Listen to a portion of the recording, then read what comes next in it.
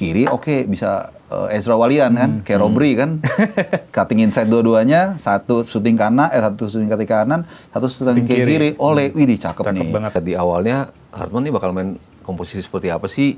Apakah 3-5-2, apakah 3-4-3, apakah 4-3-3? Komposisi seperti apa yang paling suits para pemain yang ada itu seperti apa gitu.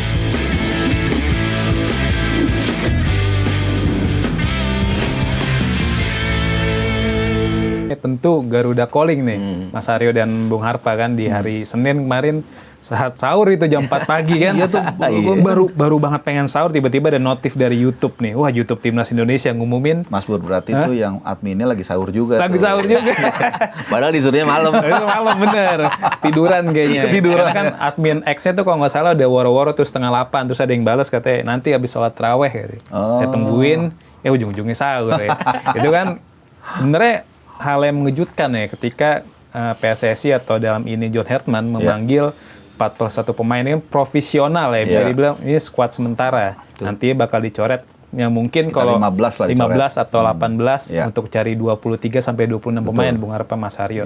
Ini kalau dari 41 pemain yang ada, ini ada sosok Elkan Bagot kan. Elkan Bagot sudah sekitar 2 tahun nih absen bela Timnas Indonesia. Terakhir kan main di Piala Asia 2023 yang berlangsungnya di bulan Januari 2024. Januari dan Februari. Januari-Februari. Saat itu Elkan Bagot main terakhir lawan Australia kalah 4-0 kan.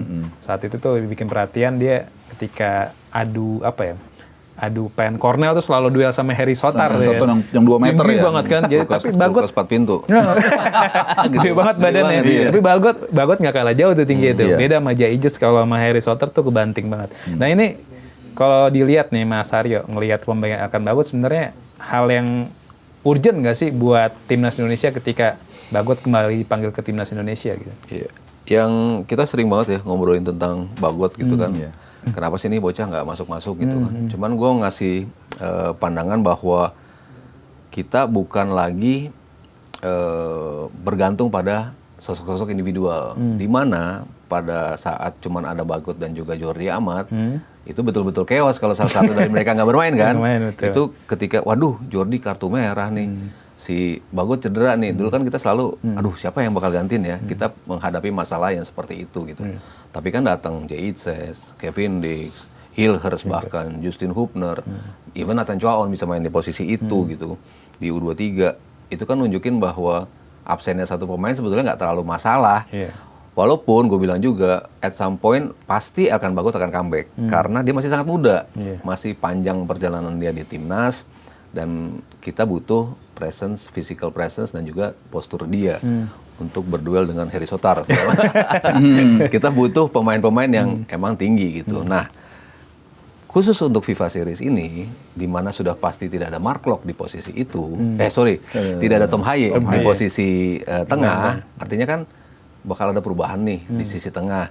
Mau lo bermain dengan double nomor 6 ada misalnya 6 atau 8, pokoknya seperti apa nanti akan dimainkan oleh John Hartman, itu kan pasti akan mengubah komposisinya di tengah. Ketika kita melihat berapa kali Verdong udah dicoba main di tengah. Jordi Amat pun jadi DM bisa juga dalam beberapa kesempatan gitu. Di Persija juga. Sekarang sebelum Piala Asia Senior dia persiapan pastisi juga main DM. Lawan Libya kalau nggak salah. Iya. Jadi kan di belakangnya jadi ada slot lagi kan ketika Jordi sudah naik. Slot. Iya, Arna. Karena slot. Dari Verdong udah naik ke situ, artinya kan di posisi back-nya kemungkinan ada slot yang lebih. Makanya Elkan Bagot masuk di posisi Betul. itu. Makanya di Garuda Calling kan Jordi Amat ditaruh di midfielder kan, di daftar pemain kan. Iya. Kalau gue bilang pada dasarnya setiap potensi pemain yang bagus ya why not dipanggil. Prinsipnya itu dulu kan. Dan gue rasa dia adalah tetap potensi yang bagus. Whatsoever dia main di Championship Division lah. Ya walaupun dia cuma main 2 kali di FA Cup musim ini, tapi ya Championship Division tetap Championship Division gitu loh. Tinggi lah levelnya. Ya maksudnya come on lah, BRI Super League aja banyak pemain yang dipanggil kan. Masa Championship ada main di situ enggak. Tapi betul. Nah, sekarang bagaimana nih kan men-shuffle-nya di situ gitu. Nah, kalau gue lihat ada beberapa alternatif gitu. Tadi Mas Ari udah jelaskan kan, mungkin aja dia nanti akan rotasi dengan Hubner karena posisinya mirip kan, CB kiri. Back sebelah kiri. Atau bisa juga dia diproyeksikan nanti untuk AFF. Karena FIFA Series kali ini menurut gua hilirnya itu nanti akan ada 2 nih. Satu ke AFC Senior 2027 Januari Februari itulah Kevin Dix, Jait, Veron dan lain-lain, dan AFF yang 2026 yang bulan yang Juli bulan nanti. Juli Agustus ini yang ya itu yang pemain lokal atau yang mungkin aja seperti Elkan Bagot bisa aja. Kan dia kan main di Championship Division dan bukan di mainnya seniornya, di reserve-nya. Bisa aja di lobby kan ketum kita kan Mr. Jago Lobby kan. Iya, benar. Bisa aja dia nanti akan diproyeksikan ke situ. Termasuk juga sedikit melebar kalau kita bicara penjaga gawang, kan nanti kemungkinan besar Emil dan Martin Paes nggak bisa main kan di AFF. Nah, berarti kan kita harus pilih antara Nadeo, kemudian Hernando, atau Teja atau Cahya. Demikian juga tadi Bagot kan. Jadi bukan tidak mungkin nanti dia akan diproyeksikan untuk AFF gitu. Sekaligus juga untuk memberikan kesempatan lah buat dia. Kita kan nggak tahu, nggak ada yang tahu penampilan dia benar-benar. Gue sih kemarin waktu itu lihat di FA Cup sekali main sih bagus sih, bagus. Pramusim juga oke, tapi John Hartman kan mungkin belum terlalu tahu, belum lihat langsung, belum pernah ngerasakan waktu dia main lawan Australia jagain Harry Souther kan. Jadi walaupun mungkin dia dilihat bisa juga, cuman kan beda kalau nonton langsung. Jadi lebih kepada itu sih. Makanya 41 yang dipanggil kan, itu gua nggak tahu Mas, apakah tim nasional ada yang main 41 ya di negara lain? Banyak juga itu ya. Banyak. Ya. Which is oke, nggak ada masalah. Cuman maksud gua ini berarti dia hanya ingin panggil dulu deh semua deh. Biasanya profesional tuh menuju event gede ya. Ya, kalau Piala Dunia, kalau yang kayak gini. FIFA Series loh. Ya, sebenarnya kan ini friendly match kan, hitungannya kan. Cuma dibikin kayak UEFA Nation League. Dan kalau gue seingat gue hanya 2 yang dipanggil itu yang belum pernah bela timnas. Jens Raven satu lagi gue lupa siapa gitu ada. Tim Gaipens. Mungkin tim Gaipens kali. Tim Gaipens sama Fajar Fatur. Fajar Fatur belum ya? Oh, U23 ya. Nah, jadi sisanya kan 38 lah kurang lebih ya, at least 38 tuh udah pernah semua gitu. Yang baik yang dulu terus nggak main lagi. Dipanggil dan nggak main pun ada juga beberapa ya. Iya, jadi mungkin lebih gitu. Entar nanti ya mungkin dia sambil manggil kan mungkin telepon ngobrol satu-satu pengen tahu. Nanti kan dia juga kan hanya dapat informasi aja kan, belum benar-benar bisa memastikan bahwa bener nggak sih ini sesuai dengan info yang gue terima. Kan pasti ada standar deviasinya kan. Ada yang dibilang bagus ternyata enggak. Bisa macam-macam, bisa emang udah turun, bisa memang dia nggak cocok dengan filosofinya, atau bisa yang katanya ini biasa-biasa aja, nggak bagus, tapi tiba-tiba cocok dengan filosofi dia dan ternyata bagus, bisa juga. Nah kalau ini Bung Arpang lihatnya gimana? Bagot dipanggil apa karena memang punya kualitas? Maksudnya kemarin-kemarin dipanggil kan jelas karena ada sempat ada penolakan kan, nggak main di Praolimpiade ketika yang melawan Gini itu U23 ya. Kan JJ juga berkali-kali udah ngomong kan, Sintayong nggak manggil Bagot karena gitu. Iya. Terus Kluivert di bulan Maret 2025 bilang katanya dia nggak manggil Bagot karena fokus ke klub. Setelah bulan Juni katanya klubnya udah selesai, apalagi nih. Nah itu dia. Nah itu kenapa alasannya? Kira-kira kenapa tuh? Kalau udah yang begini-begini gua ditanya, ya sekarang simpulkan aja sendiri. Gua nggak mau menyimpulkan ya, gua kronologisin aja, dia udah langsung lihat nih. Pertama dia bilang, oke lah, waktu U23 memang dia berselisih dengan Sintayong karena dipanggil dia nggak mau datang. Menurut gua salah dia sih. Itu nggak jawab. Ya pokoknya ya itu kan nolak halus kan. Lebih jahat dong nggak jawab. Iya pokoknya dia nggak mau kan. Padahal kan itu kan cuma sebenarnya kita fair ya. Dari London ke Paris itu naik Eurostar cuma 2 jam. Deket kan? Ya langsung sampai di Gare du Nord stasiunnya namanya. Naik kereta lagi ibaratnya hanya ke Bogor lah sejam. Jadi itu lu bukan dia dikirim ke Sudan Selatan disuruh ke hutannya gitu enggak. Masalahnya dia nggak di London. Masalahnya dia liburan. Belum dong, itu belum dia, baru rencana. Kayak udah beli tiket. Iya, ya. di momentum itu dia akan liburan. Ke Amerika ya. Sebenarnya kalau mau cerita lebih luas nih, lu kalau di Amerika setahu gue ya, kan itu kadang-kadang warga negara tuh udah dipanggil untuk jadi juri. Itu kalau lu nolak tanpa ada alasan yang kuat, lu bisa dihukum di penjara. Itu kayak semi wajib militer gitu, kecuali memang lu punya alasan. Gue narik Gojek, kalau gue datang ke pengadilan, gue nggak ngasih makan anak gue, itu bisa. Nah dia kan masa alasannya liburan gitu. Oke, dia salah, tapi he was just only 21 gitu. Not even kalau di sini belum lulus kuliah gitu, masih muda. Harusnya kan lu bisa soft approaching kan. Tapi oke lah, kita nggak mau debatin soal itu. Kemudian perang dingin lah gitu kan. Tapi kan ditutup-tutupin terus kan, which is kita udah tahu sebenarnya. Kemudian ada Sintayong udah keluar nih. Kok dia belum dipanggil juga? Ada seseorang mengatakan fokus klub katanya. Ya. Oke, Maret. Padahal lagi libur.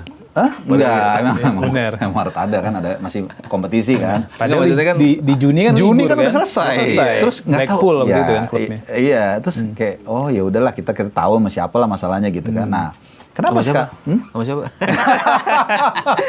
Nah, sekarang Tapi ya kenapa? udahlah. Sekarang kan kayaknya nih yang bermasalah dengan sosok ini, kayaknya sosok ini udah nggak terlalu peduli dengan bola kita kayaknya. Ya, Jadi mungkin dan gini ini serius. Pemilihan John Hurtman ini menurut gua tuh dipilih dengan prosesi yang benar, dengan kolektivitas, dengan Exco dilibatkan Exco semuanya dilibatkan, gitu ya. direktur teknik dilibatkan, semua dilibatkan dan caranya pun elegan, sehingga juga dia bekerja dengan lebih elegan dan independen.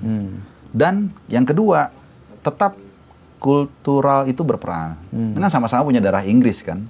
Telepon, hello, hey mate gitu kan. Welcome, Hey, mate, I'm John Hurtman, the head coach of Indonesia, would like to invite you. Beda lah. Ya, dan dia nggak punya sejarah masa lalu ribut kan. Ya tapi gue gini-gini gimana sama yang si itu misalnya nih contoh.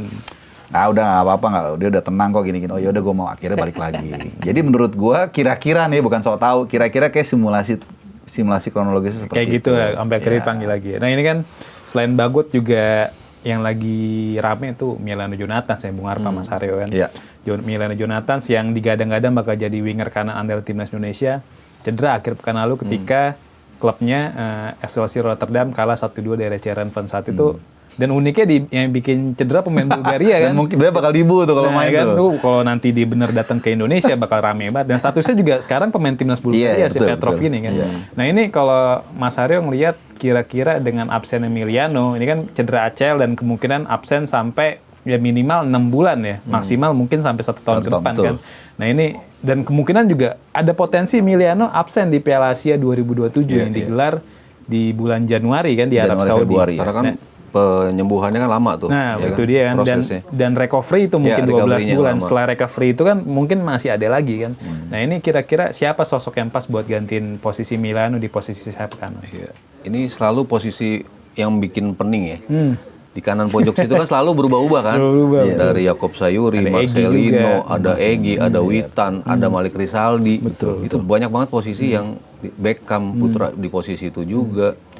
Dan terakhir ketika masuk Milano Jonathans, kita tuh akhirnya yes, kita punya Iya, yang ada udah pemain firm. tetap lah ya. Iya, Iya. kiri Ragnar, kanannya Milano. Kita udah punya kombinasi yang pas lah ya, yang dalam beberapa pertandingan dia nunjukin emang kapabilitasnya di atas pemain kita yang lain, terutama dribbling, 1v1, masuk dalam kotak penalti, Shootingnya juga bagus. shootingnya juga bagus, dan dia menunjukkan itu secara konsisten di setiap pertandingannya.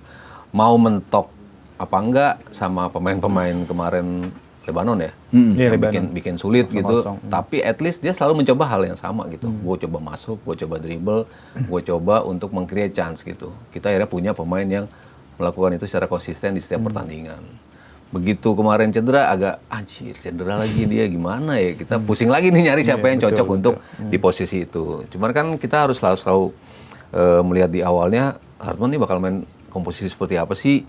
Apakah 3-5-2, apakah 3-4-3, apakah 4-3-3? Komposisi seperti apa yang paling suits para pemain yang ada itu seperti apa gitu kan? Kita belum tahu juga nih. Hurtman Tapi apapun komposisinya kan, gue rasa sih Milano pasti starter mas. Main. harusnya, ya. Nggak maksudnya setelah nggak ada kan, lo akan tetap stay dengan atau lo mengubah dia gitu mengubah. kan. Formasi, Iya, iya. itunya tuh yang harus kita tunggu gitu kan. Kita dari sisi non teknis sudah muji-muji lah ya, Hurtman seperti apa. Nah, tinggal faktor teknisnya nih. Lo bisa nggak nih menyelaraskan ekspektasi kita yang sudah tinggi ketika lo datang, gesture lo berbicara seperti apa, harapan publik seperti apa terhadap pemanggilan kali ini.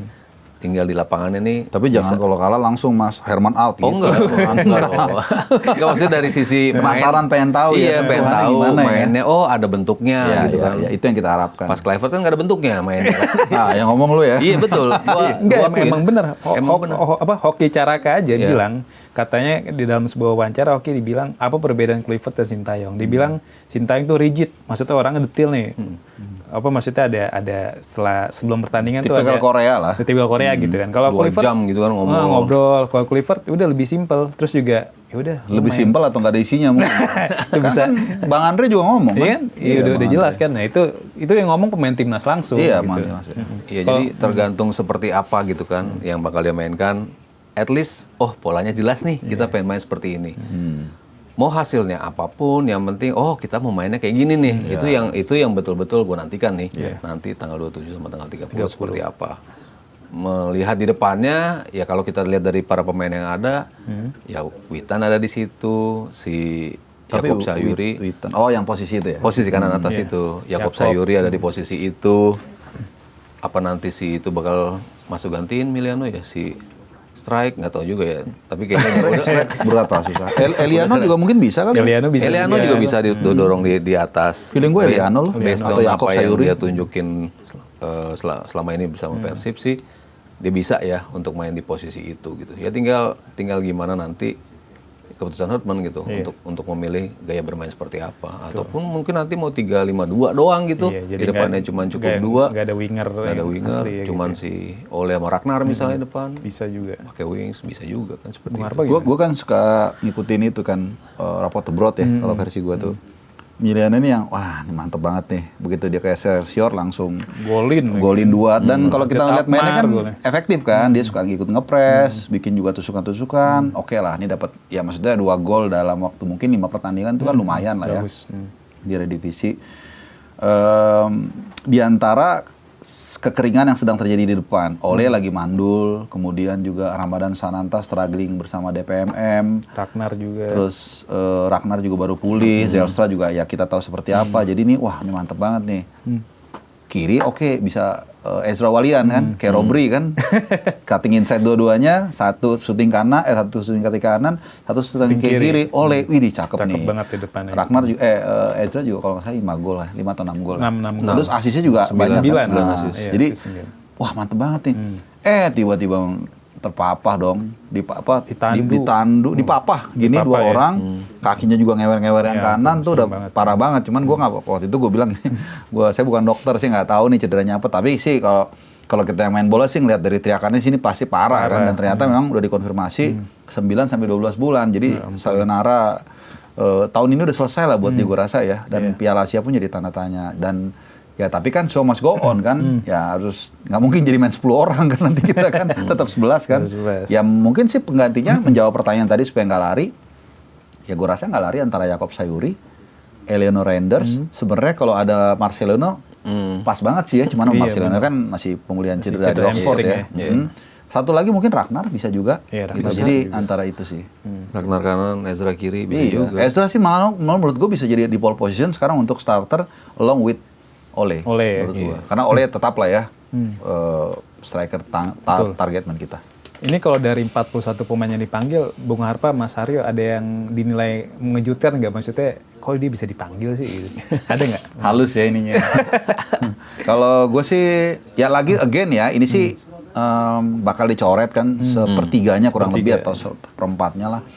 Ya salah satunya itu Witan, karena di klubnya pun dia cadangan juga. Terus Zelstra, terus siapa lagi? Bantuin dong. Raven.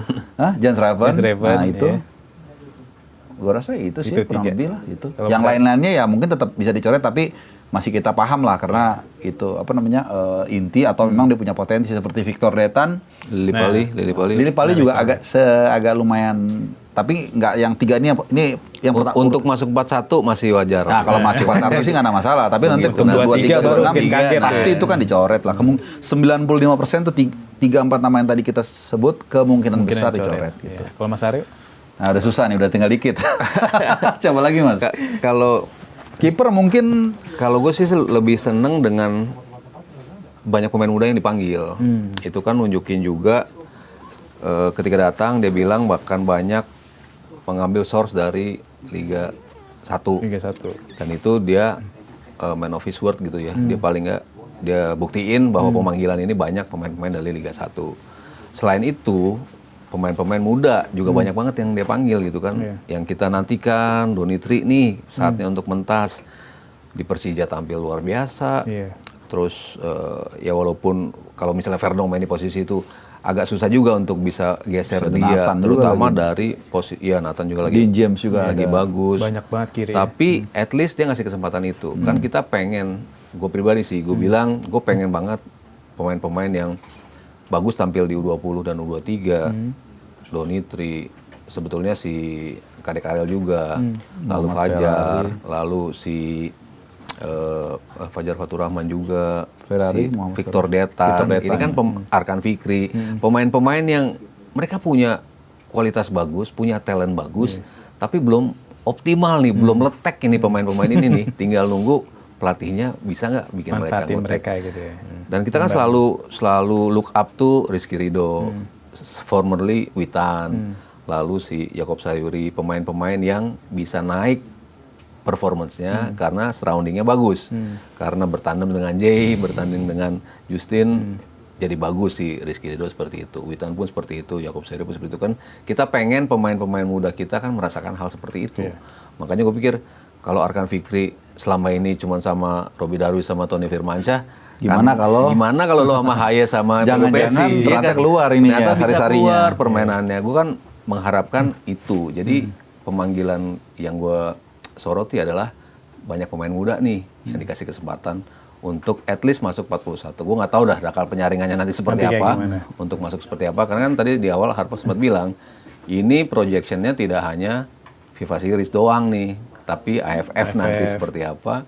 Dan terakhirnya Piala Asia. Walaupun masih ada matchday September, Oktober, November ya, untuk mematengin yang ke Januari nanti gitu. Tapi yang Juli sama Agustus itu kan ini tinggal terakhir nih untuk bisa melihat pemain-pemain ini at least ketika lo berseragam timnas, lo bisa nggak sih membayar kepercayaan gua, lo bisa nggak sih keluar permainannya. Jadi yang muda-muda ini kayaknya misalnya masuk nanti ke squad utamanya, paling nggak dicoba. Ada yang dicoba untuk bisa masuk. Terakhir Bung Harpa, Mas Saryo, coba bisa disusun nggak kira-kira Bung Harpa? Line up. Starting 11 versi Bung Harpa untuk starting FIFA line up 2026. Berarti the best ya, karena gini, karena bisa juga dia tuh melakukan dibagi rotasi, dua gitu dibagi ya, dua misal. gitu. Yang Tapi the best-nya anggaplah the best-nya lah ya. Jangan Bulgaria berarti ya? Ya, Bulgaria. Yakin banget ya. Penjaga gawang ini pasti kebelah dua nih biasanya nih, antara Emil dan Paes. Tapi gue rasa gue lebih cenderung Emil. Dua-duanya bagus. Formasi berapa nih Bung Harpa? 3 back. Kemungkinan sih 3 back menurut gue. 3-4-3 berarti. 3-4-3 ya, karena di Toronto dia pakai 3 back. Di Kanada 4 back tapi bisa adaptif, 3 back juga. Antar Emil bisa build up ya. Dan banyak save juga kan di Cremonese walaupun lagi hancur ya. Udah pernah menang 11 pertandingan, 14 pertandingan. Gue pengen menang. Dari mulai papan tengah atas sampai ke papan sekarang atas malah sempat. Papan atas. Peringkat 4 kalau sempat di awal-awal peringkat 1 kalau nggak salah. Kan ngalahin Milan 2-1 kan di San Siro kan. Nah, jadi udahlah, gua wakilin. CB pasti Bang Jai. Ya betul. Nah, mungkin yang ini baru beda-beda ya. CB kiri Justin Abner. Di rotasi mungkin babak kedua Elkan Bagot. Elkan Bagot definitely harusnya dapat minute play lah, entah lawan Bulgaria atau lawan mana. CB kanan Mas Rizky Ridho. Back kanan penalty taker Kevin Dix. Nah di kiri nih, gue sama Mas Arya nih bisa beda-beda sama nih. Antara Nathan atau Verdong. Udah itu aja. Tapi kalau gue lebih prefer Nathan. Karena di Willem II dia selalu main di sisi sini. Fullback kiri dia main. Iya, mungkin 90% fullback kiri, mungkin 10% main LW. Baru kan nggak ada si Tom Hai kan. Verdong yang gantiin. Verdong sama nanti mungkin Ivar Jenner mungkin ya. Atau Pelupesi sorry. Verdong Pelupesi yang lagi lawan Irak kan tuh keren banget. Betul, bagus mainnya kan. Dua-duanya kan. By the way kalau Clocks dengan Joe Pelupesi nggak matching, ya kan. Waktu lawan Arab tuh kita bisa lihat. Itu udah berarti udah 3-4 ya. 3-4 tinggal 3. Kiri gue pengen banget Ezra Walian dan I think he can contribute. Target man oleh. Kanannya? Di kanan, gue pengennya jujur Yakob, tapi kelihatannya dia akan menampilkan Eliano Reinders. Bisa juga sih. Benar. Begitu. Silakan. Kalau Mas Aryo? Waktu dan tempat. Kalau gue di 4 back sih. 4 back. 4 back. Okay. Walaupun kipernya sama, gue lebih ke Emil. Bukan berarti kualitasnya jauh dibanding pas gitu ya. Kan kita selalu bilang, udah lo cap-cip lah kalau kiper ngambil siapapun pasti Bagus, yang terbaik lah dua-duanya gitu kan. betul. Cuman at this moment gue lebih prefer Emil. Lalu 4 di belakang, Jai. Temennya siapa? Kemarin tuh gue Justin Hubner sebetulnya. Tapi begitu Bagot masuk, bisa juga sih Elkan Bagot ya. Bagot. Jadi Elkan Ijes Bagot ya. Ises Bagot, Kanannya? Ises Hubner gitu ya. Kanannya Kevin Dix di posisi 4 ya. Di kirinya gue tetap Verdong di posisi kiri. Kan Pratama Arhan cedera soalnya. Sampai akhir musim. A1 nih, A1. Sama Asnawi ya. Lutut soalnya kan ya. Arhan Iya. ya. Arhan lutut ya. Pokoknya musim ini Sekarang udah nggak bisa selesai. nanya ke Pak Andre Rosiade ya? Nggak Ada bisa. many ways to wrong. Many ways to sources. Itu 4-nya ini. 4-2-1-3 kayaknya. Maksudnya 4-3-3-nya 2 gelandang bertahan, Joey dan juga Nathan. Kalau gua Oh, Nathan, Joey dan juga Nathan. Depannya, nah ini yang tricky nih. Bisa back 3-1 ya. 4-2-1-3 ya. 4-2-1-3. 4-3-3 sebetulnya, tapi duanya double six. Double pivot ya. Double pivot si Nathan sama Joey. Walaupun nanti bisanya Joey sendiri, Nathan lebih maju bisa juga gitu kan. Depannya bisa Beckham, tapi gua Ragnar juga bisa kan. Ricky ya? Second striker. Ricky Bisa. bisa. Oh, Ricky bisa. Dia bisa box to box kan. Iya, cakep juga sih itu. Oke. Ricky Kambuaya untuk at the moment gantiin Tom Haye dulu gitu. Di kiri tadinya Ragnar ya, tapi karena si Ezra.